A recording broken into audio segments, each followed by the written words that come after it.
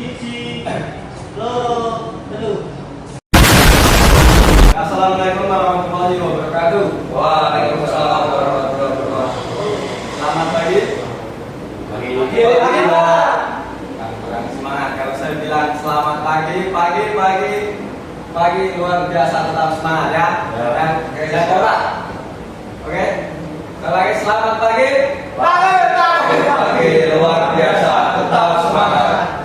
Oke. Ya. Sebelum memulai pelajaran pada pagi hari ini, mari kita berdoa untuk agama dan kita doa mulai.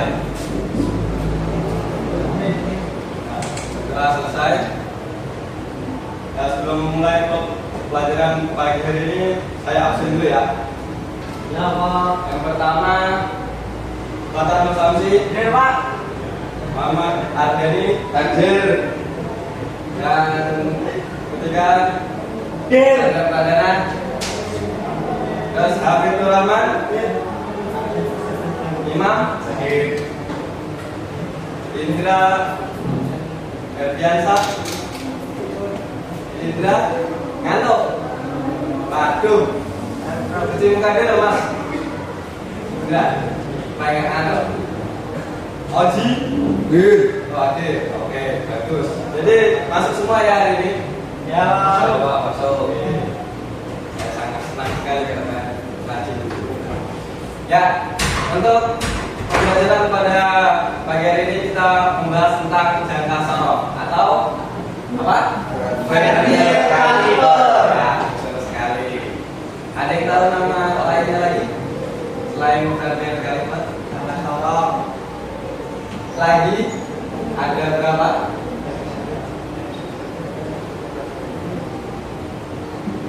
Lupa Pak. Nah, yaitu Ustaz Yusuf ya. Yaitu. Yusuf. Terus apa lagi? Jangka sorong lagi. Sorong dalam diri. Sigmat ya. Ya. Jadi nanti kalau kalian kerja di bengkel, kalian harus tahu nama mekaniknya dari jangka sorong. Oke, tujuan pembelajaran kita apa sih? Mempelajari tentang jangka sorong. Yang pertama, siswa mampu menerangkan fungsi jangka sorong, konstruksi jangka sorong, dan cara metode pengumpulan jangka sorong. Jadi diharapkan jika saya sudah menerangkan, kalian bisa membaca dan tahu fungsinya ya. Ya, Pak. Ya. Yang kedua, siswa dapat menggunakan alat ukur jangka sorong sekaligus dapat memelihara. Ya. Setelah kalian bisa menggunakan, kalian juga bisa memelihara jangka sorong dengan baik. Oke, indikator pembelajaran. Nah, di sini peserta didik dapat menerangkan fungsi jangka sorong, konstruksi jangka sorong, cara atau metode pengumpulan jangka sorong, serta dapat menggunakan alat ukur jangka sorong tersebut sekaligus memelihara. Ya, sama dengan tujuan pembelajaran yang tadi ya. Oke, kita lanjut ke uraian materi. Pengertian jangka sorong. Ada yang tahu pengertian jangka sorong? Alat ukur mas. Alat ukur. Ya. Lebih jelasnya langsung saja Mas Imam baca di depan. Baik Pak, pengertian jangka sorong. Jangka sorong adalah alat ukur presisi yang digunakan untuk mengukur panjang, diameter dalam, diameter luar, dan kedalaman suatu benda dengan tingkat ketelitian tinggi yang melebihi penggaris biasa. Ya, ini saya punya contoh penggaris biasa ya, tapi jangka sorongnya itu saya tadi lupa nggak bawa. Nah, jadi fungsi jangka sorong itu apa? Nah, fungsi jangka sorong itu untuk mengukur panjang, bisa mengukur diameter dalam, bisa, dan mengukur diameter luar. Terus kedalaman suatu benda dengan tingkat ketelitian yang tinggi yang melebihi penggaris ini ya. Jadi ketelitian jangka sorong itu lebih teliti dari penggaris biasa. Kemudian kita ke fungsi jangka sorong. Fungsi jangka sorong. Ada yang tahu fungsi jangka sorong? Mengukur diameter, Mengukur diameter. Nah, Mengukur kedalaman. nah, Mengukur panjang. Ya. Kedalaman. Kedalaman apa? Kedalaman benda. Kedalaman satu benda. Oke. Komponen. Mengukur apa lagi? Diameter luas. Ya, ini ya. Betul sekali. Yang pertama itu mengukur ketebalan, yang kedua mengukur diameter luar, yang ketiga mengukur diameter dalam, terus mengukur diameter lubang, yang kelima mengukur panjang dan lebar. Kemudian bagian-bagian jangka sorong. Kelihatan nggak? Kelihatan Pak. Nah, jangka sorong ya. Ini kelihatan ya. Ya. Jadi di sini ada lower jaws, itu apa?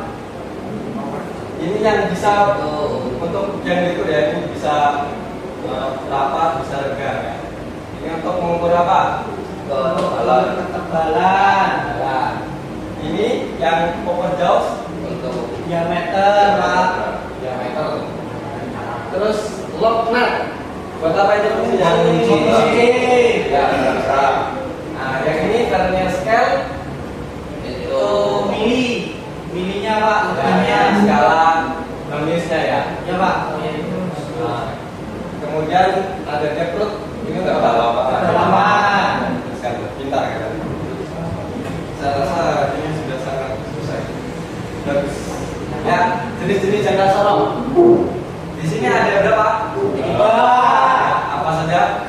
Jangka sorong pendek. jangka sorong dial, jangka sorong digital. Ya, itu yang jangka sorong. Mungkin yang banyak di bengkel itu yang jangka sorong yang pertama ini ya. Ya Pak. Yang sorong ini. Terus yang sekarang sudah model yang pakai digital dan ini pakai dia. Udah ada yang pernah pakai yang dia? Belum. Ya, di depan kita pakai yang dia.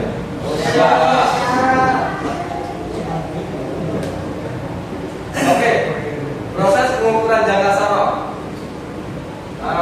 Mas Satria bisa dibaca prosedurnya.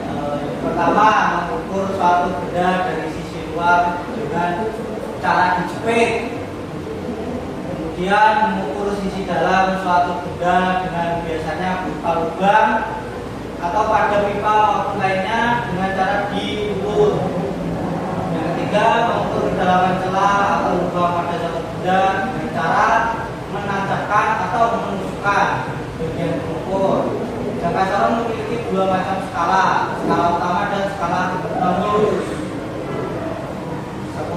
Oke. Nah, yang pertama ini.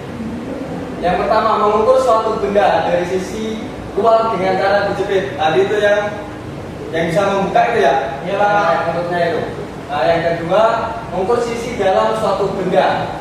Jadi pakai yang atasnya itu, yang tarik atasnya itu dari di slide.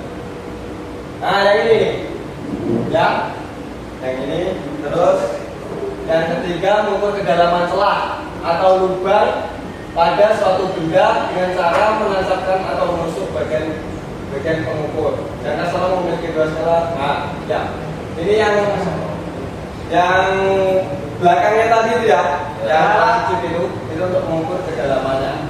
Nah, di sini jangka sorong memiliki dua skala, yaitu apa? Skala utama dan skala Gaussius. Kemudian cara penggunaan jangka sorong. Yang pertama, bersihkan benda yang akan diukur dan alat ukur. Kemudian dua, periksa bahwa skala vernier bergerak dengan bebas dan angka 0 pada kedua skala bertemu dengan tepat. Jadi sebelum kalian mengukur, kalian harus memastikan bahwa jangka sorong kalian itu ini ya presisi. Jadi 0 ketemu 0 baru bisa dilakukan pengukuran. Kemudian yang ketiga, pada waktu melakukan pengukuran usahakan benda yang diukur sejajar dengan skala utama. Nah, maksudnya apa di sini? Waktu kalian mengukur itu usahakan bendanya itu tegak, jadi masuk di tengah-tengahnya ya, masuk rapat supaya itu bisa presisi. Kemudian yang keempat, mengukur di ujung rahang jangka sorong menghasilkan pembacaan yang kurang akurat. Ya. Jika kalian mengukur dengan menggunakan yang bagian ujungnya, nah, jadi cuma di bagian di sini, jadi itu kurang tepat ya. Jadi kalian harus mentokin di sini. Nah, mentokin di sini, baru nanti gelok. Mengerti ya? Ya Pak. Oke.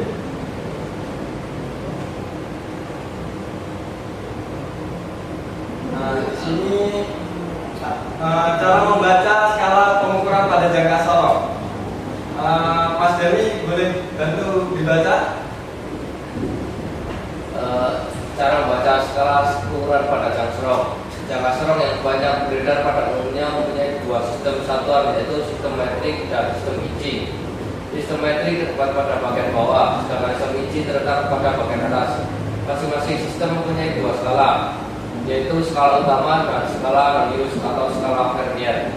Skala utama terdapat pada paman pusat geser atau pada skala tetap, sedangkan skala radius terdapat pada rahang geser. Ya, terima kasih. Nah, jadi di sini di Indonesia sendiri kita memakai skala metrik atau milimeter ya.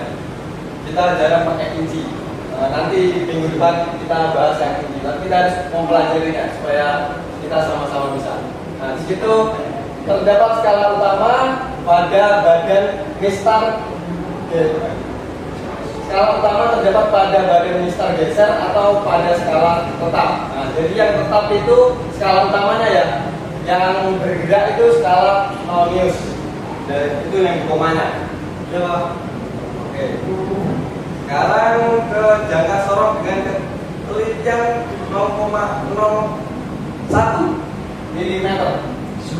Ada yang bisa lihat nggak? Sumpah. Di sini nggak bisa ini orang horizontal. Ya. Jadi cara membacanya ya. Nah, membaca. Di sini kan ini 16, kenapa bisa skala utama 16? Ada yang bisa bantu menjawab? Karena pas Pak, garis kurangnya sama 16 Pak. Pas, setelah belum pas ya. Ini kan ini tanda nih. Nah, Oh, ini yang pas ya. Jadi, nah, ini kan 0,1 ya. Berarti 1, 2, 3, 4, 5, 6, 7, 8, 9, 10. 10, 15 berarti kan? ya Pak. Nah, 15 berarti di sini 16. Berarti skala utamanya ini karena dia lewat sedikit, berarti dihitung 16. Jadi 16 di skala Nonius. Di skala Nonius kita dapatkan dia di garis berapa? 1, 2, 3. Nah, berarti di sini kita tulis 3 tambah tingkat ketelitian dikali tingkat ketelitian 0,1 jadinya dapat berapa? 0,4. Jadinya skala utama ditambah skala Nonius jadinya 16,4. Ngerti ya? Ya Pak. Oke, siap. Nah, di sini jangka sorong dengan tingkat ketelitian 0,02. Jadi kita milimeter ya, bukan Ya. inci. Yang inci nanti. Inci ini ada yang tahu ini berapa? Berapa? Ini berapa? 3,4. Skala utama menuju pada berapa itu? 3. Kemudian skala Nonius ada tandanya di berapa itu? 73.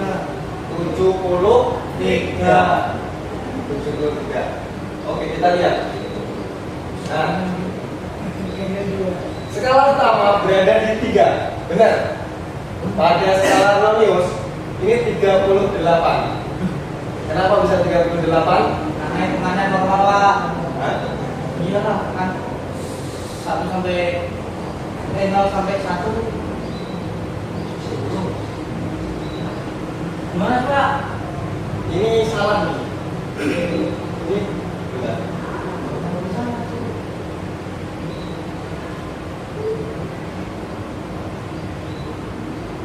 Ya.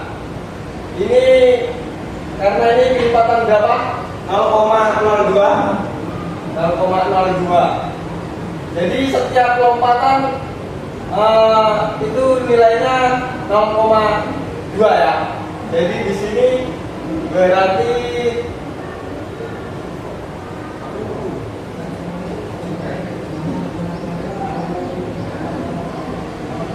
ini harusnya 73 ya.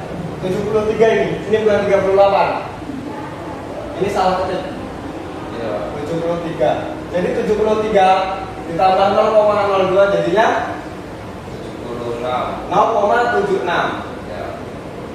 Mudah nggak? Ini salah ngetik ini. Ya. Jadi 3 ditambah 0,76 sama dengan 3,76. Begitu ya? Ya Pak. Nah, bagus. Nah, di sini ada tingkat ketelitian 0,05. Ada yang tahu cara membacanya? Skala utama berapa? 12,25. Ada yang lain? 22. Ada yang lain?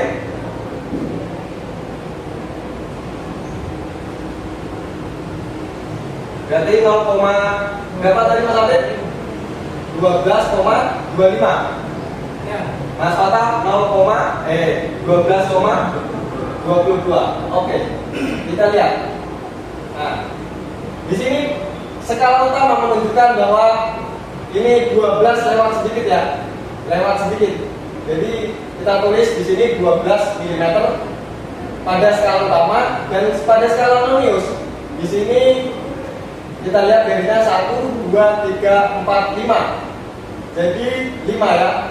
5 dikali dengan tingkat ketelitian 0,5 jadinya 0,25. Jadinya 12 ditambah 0,25 jadinya 12,25. ya, betul Mas Abi. Bagus sekali. Ya. Nah, kemudian kita ke udah paham ya? Ya. Bahwa 1,02 sama 0,5. Ya. Ya, kita ke cara pemeliharaan jangka sorong. Mas Abid, tolong dibacakan supaya nggak ngantuk. Cara pemeliharaan jangka sorong pertama sebelum dan sesudah pemakaian bersihkan jangka sorong dari partikel-partikel yang berbuat ketika menempel pada permukaan bagian yang meluncur. Yang kedua, jangan melempar jangka sorong saat diletakkan. Ketiga, periksa secara berkala fungsi dari peluncur serta bidang luncur agar bergerak dengan lancar tanpa hentakan. Yang keempat, tempatkan kembali jangka sorong yang sudah selesai digunakan pada tempatnya. Usahakan agar penempatan tidak ditumpuk satu sama lain. Oke. Nah, jadi cara pemeliharaannya sudah dibacakan tadi sama Mas Abid. Bersihkan jangka sorong dari partikel-partikel debu agar tidak menempel karena itu sangat rawan ya, apalagi jangka sorong bahan itu cepat karat kalau ada kotorannya. Nah, jangan melempar. Nah, ini jangan melempar. Nanti kalau dilempar kan protol itu. Jadi yang ketiga, periksa secara berkala fungsi peluncur. Ya, fungsi peluncur itu yang bisa naik turun ya. Oke. Yang keempat, tempatkan kembali jangka sorong yang sudah selesai digunakan pada tempatnya. Usahakan agar penempatan tidak ditumpuk satu sama lain. Oke, mungkin begitu. Kemudian kita lanjut ke latihan soal. Nah, latihan soal ini untuk tugas saja ya. Belum ada ya, belum ada tugas ya. Ya, Nanti saya kirim materinya, nanti dikumpulkan di Google Classroom ya. Siap. Oke, mungkin itu saja materi kita pada pagi hari ini. Ada yang kurang mengerti atau mau ditanyakan? Saya persilakan.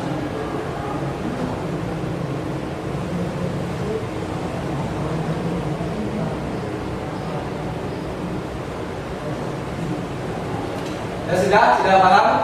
Oke. Paham. Ya. Terima kasih karena kalian sudah memperhatikan dengan sangat baik.